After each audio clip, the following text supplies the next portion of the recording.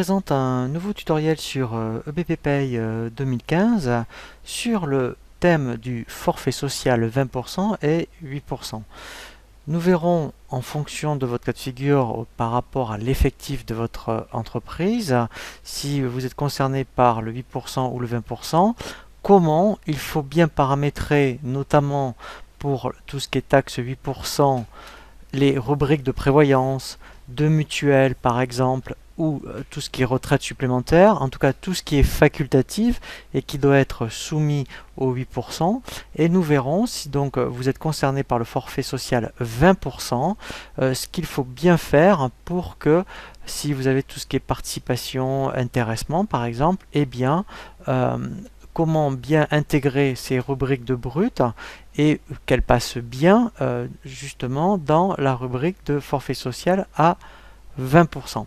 Donc le premier cas de figure que je vous propose, c'est dans un premier temps la taxe 8%. Alors on va prendre un bulletin de paye et lorsque on est dans le bulletin de paye, on va avoir des rubriques de prévoyance.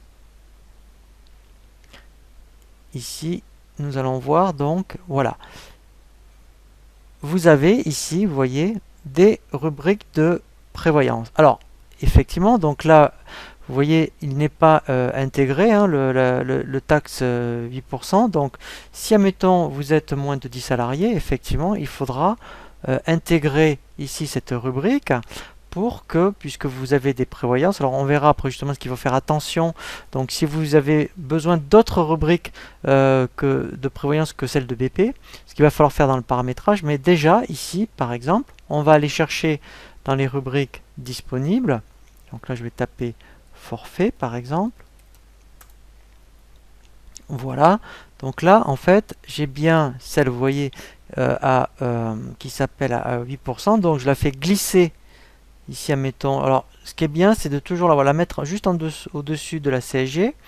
Voilà. Et quand je fais calculer, voilà.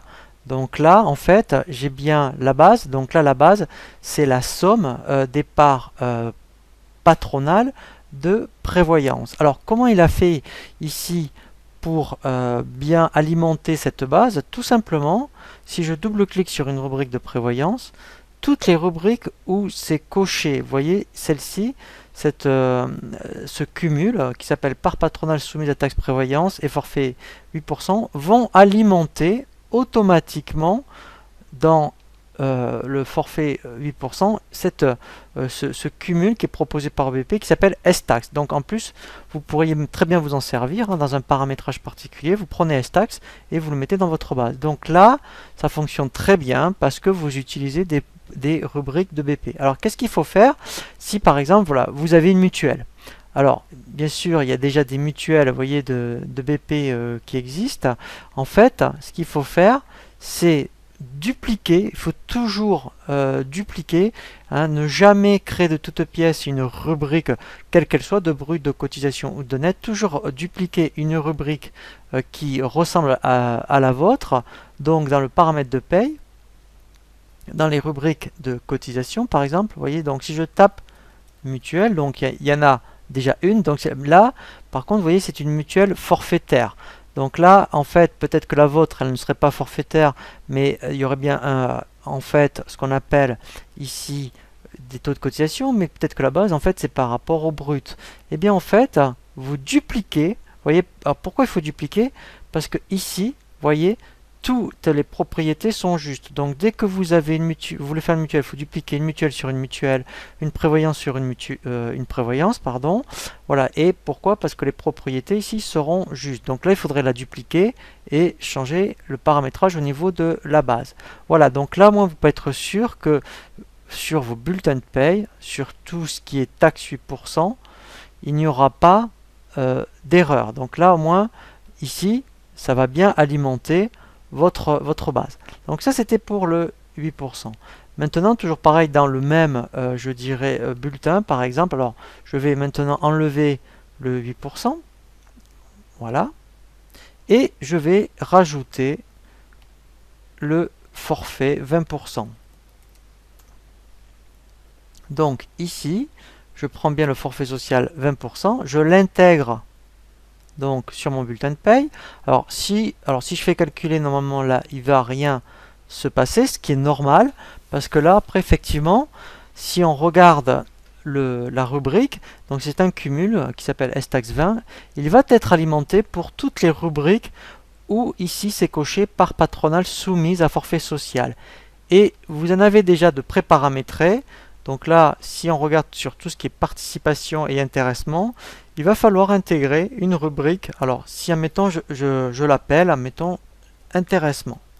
Il va me donner toutes les rubriques, voilà, vous voyez, qui concernent tout ce qui est intéressement. Et ici, donc là, c'est le montant brut versé de l'intéressement. Donc, c'est une rubrique de brut. Donc, je vais l'intégrer, mettons, juste sous le salaire de base. Alors, je vais la descendre. Voilà.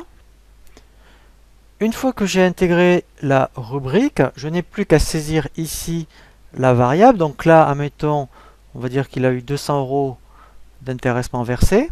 Voilà, donc là, il me l'intègre bien. Et automatiquement, vous allez voir que au niveau du forfait social, voilà, il l'a bien mis ici à jour automatiquement, puisqu'il a bien détecté la rubrique où c'est bien coché forfait social.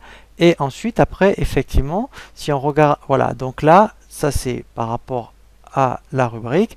Voilà, donc là, après, c'est bien pris en compte. Voilà, donc c'est vrai que au niveau du forfait social, alors après, c'est vrai que si vous avez d'autres rubriques à intégrer par rapport à l'intéressement, servez-vous de celle-ci comme modèle, vous la dupliquez, vous créez une variable que vous mettez dans la rubrique. Donc là, je vous invite à reconsulter le tutoriel sur le paramétrage des variables et des rubriques. Et puisque vous aurez dupliqué celle-ci, vous voyez ici, elle sera bien paramétrée par rapport à tout ce qui est imposable et soumis à CSG. Voilà. Et en fait, elle va bien alimenter le cumul forfait 20%.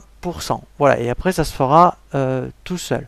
Voilà, donc là c'est vraiment très important de bien tenir compte de ce paramétrage pour que votre forfait social après soit bien pris en compte dans les bases CSG. Nous allons voir maintenant justement un nouveau tutoriel, toujours en rapport avec la base CSG par rapport à l'assiette CSG, comment bien paramétrer effectivement les assiettes CSG pour tout ce qui est soumis et non soumis.